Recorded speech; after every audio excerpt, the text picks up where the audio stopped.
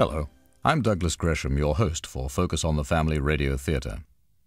I'm sure you can imagine the scene. A small boy tucked away in his playroom on a rainy afternoon, creating an intricate world of fantasy with stories about a mythological kingdom called Boxen that had talking animals and chivalrous knights. We often take children's imaginative adventures for granted. We may even consider them silly or childish. But for Clive Staples Lewis, or Jack as he insisted on being called at the age of 4, those days of playful fantasy were very important. They would in fact become the basis of stories he would write years later while he was a teacher at Oxford University. We know them, of course, as the Chronicles of Narnia. One need only read the various books, diaries and letters of Jack's life to see how his childhood in Belfast, Ireland in the early part of the 20th century influenced The Magician's Nephew, the story you're about to hear.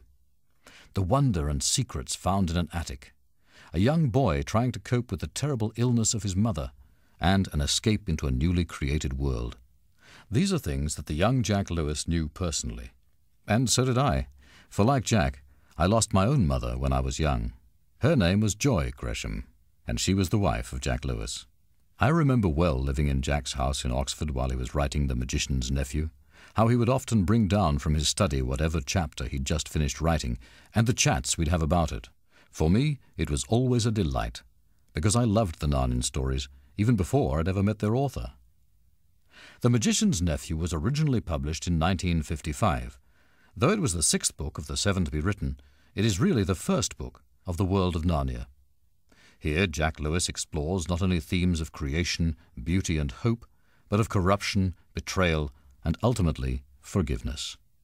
So if you're tempted to think that these stories are for children only, then you're sadly mistaken. Jack observed that as an adult, he enjoyed so-called children's stories better than he did as a child. He said he was able to put more into them, and as a result, he got more out of them.